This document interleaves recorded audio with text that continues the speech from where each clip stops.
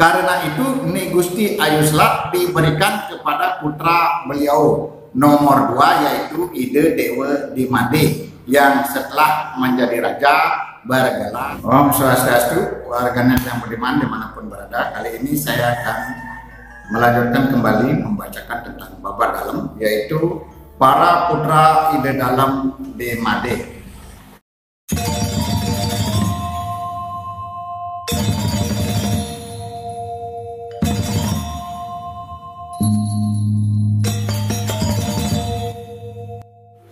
Ide Dalam di Made mempunyai banyak putra dengan 2 putra utama, yaitu 1 Ide Dewa Agung Pemahyun dan Ide Dewa Agung Jambe. Ide Dewa Agung Pemahyun beribu seorang desa dari Bakas bernama Dewa Ayu yang Mayun, putri Idewa Cakra, keturunan Tirta Harum. Ide Dewa Agung Jambe beribu I Gusti Ayu Jambe, putri dari Kiai Jambe Pule dari Puri Nambangan Badung. Dikatakan juga Ide Dewa Agung Pemahyun beribu Ni Gusti Ayu Selat, putri dari I Gusti Wayan Kamasan, yang kemudian dianugerahi sebilah keris bernama Ki Gelap oleh buyutnya Kiai Ler Pranawa. Ni Gusti Ayu Selat menjadi istri Ide Dalam di Made. Demikian ceritanya. Pada saat Raja Ide Dalam Segening, ayah Ide Dalam di Made masih bertahta dalam usia lanjut, I Gusti Kamasan putra I Gusti Ler Pranawa setelah melakukan upacara pernikahan menghadap Ide Dalam guna memohon restu bersama istrinya. Raja bersabda, semoga kemudian lahir seorang putri. Persembahkan padaku. Jawab I Gusti Kamasan, segala titah paduka dalam akan hamba junjung tinggi. Keinginan raja ternyata tidak sia-sia. Kemudian lahir seorang putri diberi nama Ni Gusti Ayu Selat dengan paras yang cantik molek tiada banding. Sesuai dengan permintaan Ide Dalam Segening, Ni Gusti Ayu Selat dipersembahkan untuk dijadikan istri. Namun setelah sang putri remaja dan siap untuk menikah, raja telah lanjut usia dan tidak mampu beristri lagi. Karena itu Ni Gusti Ayu Selat diberikan kepada putra beliau nomor 2, yaitu Ide Dewa di Made, yang setelah menjadi raja bergelar Ide Dalam di Made. Sekarang diceritakan ibu dari Ide Dewa Agung Jambe yang bernama I Gusti Ayu Jambe adalah putri dari Kiai Jambe Pule di Puri Nambangan Badung. Kiai Jambe Pule di Badung mempunyai 2 orang putri dan 3 orang putra. Putri pertama diambil istri oleh Ide Dalam di Made, dan putri yang kedua diambil oleh Kiai Agung Maruti, dan para putra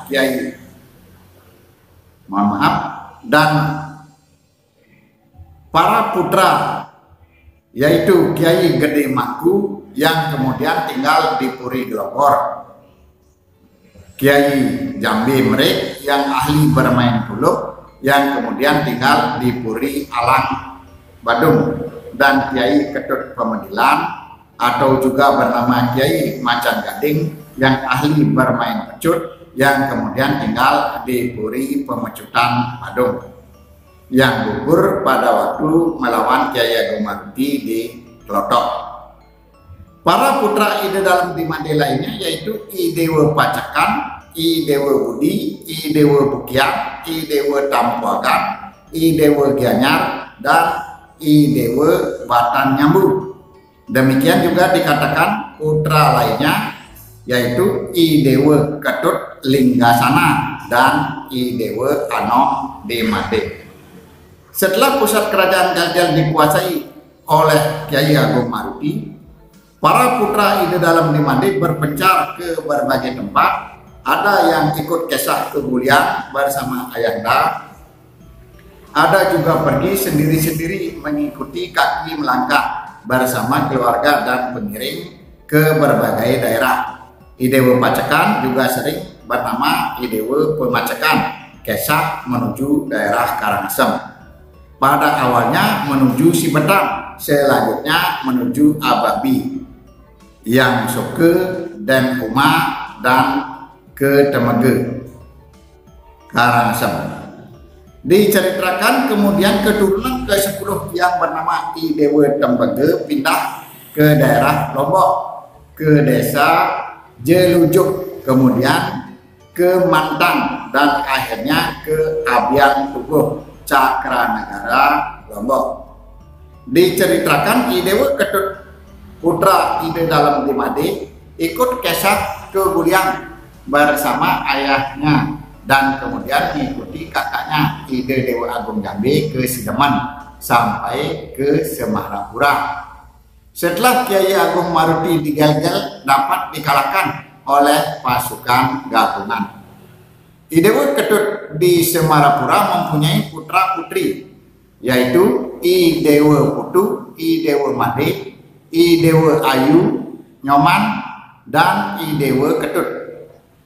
Pada saat pertikaian kakak beradik, Ide Dewa Agung Gede dengan Ide Dewa Agung Made, putra Idewe Ketut yang bernama Idewe Ketut pindah tempat ke Akar.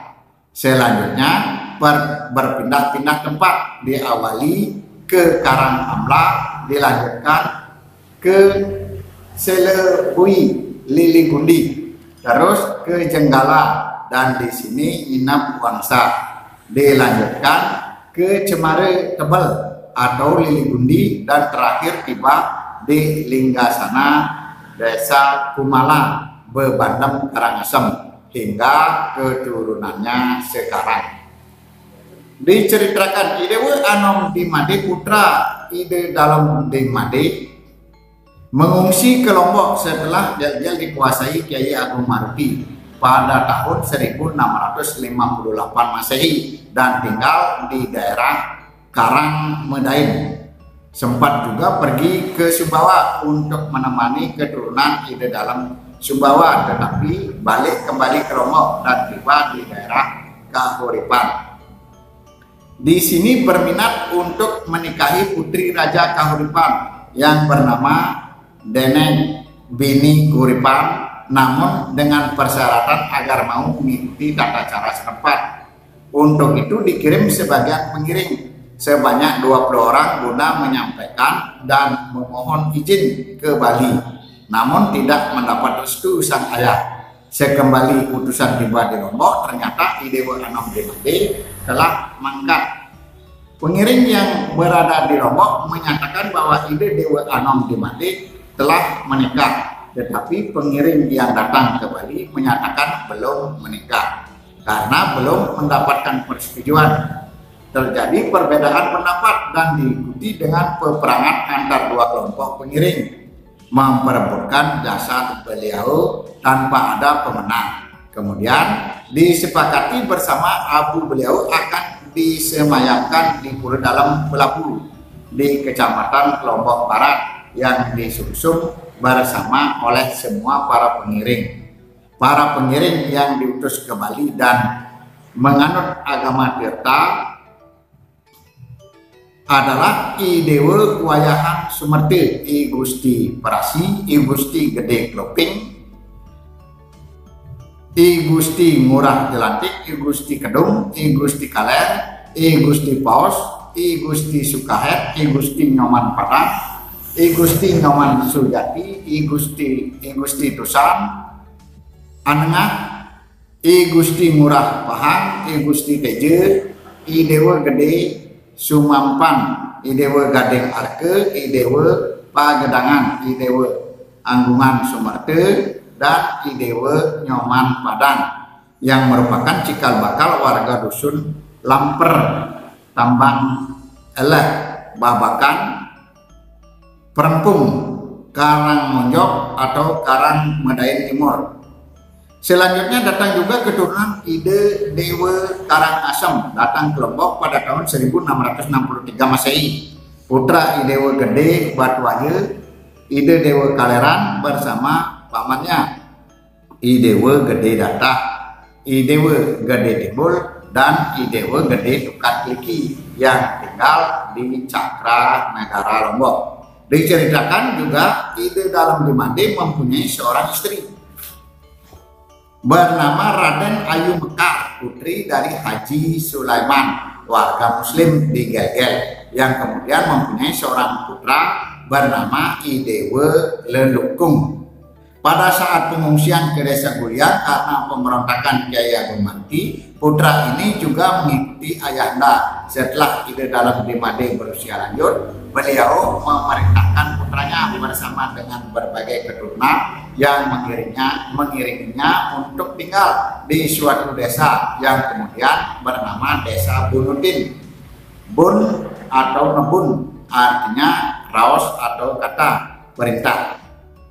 Nutin artinya mengikuti perintah Ide Dalam untuk tinggal di tempat itu, Desa Bunutin.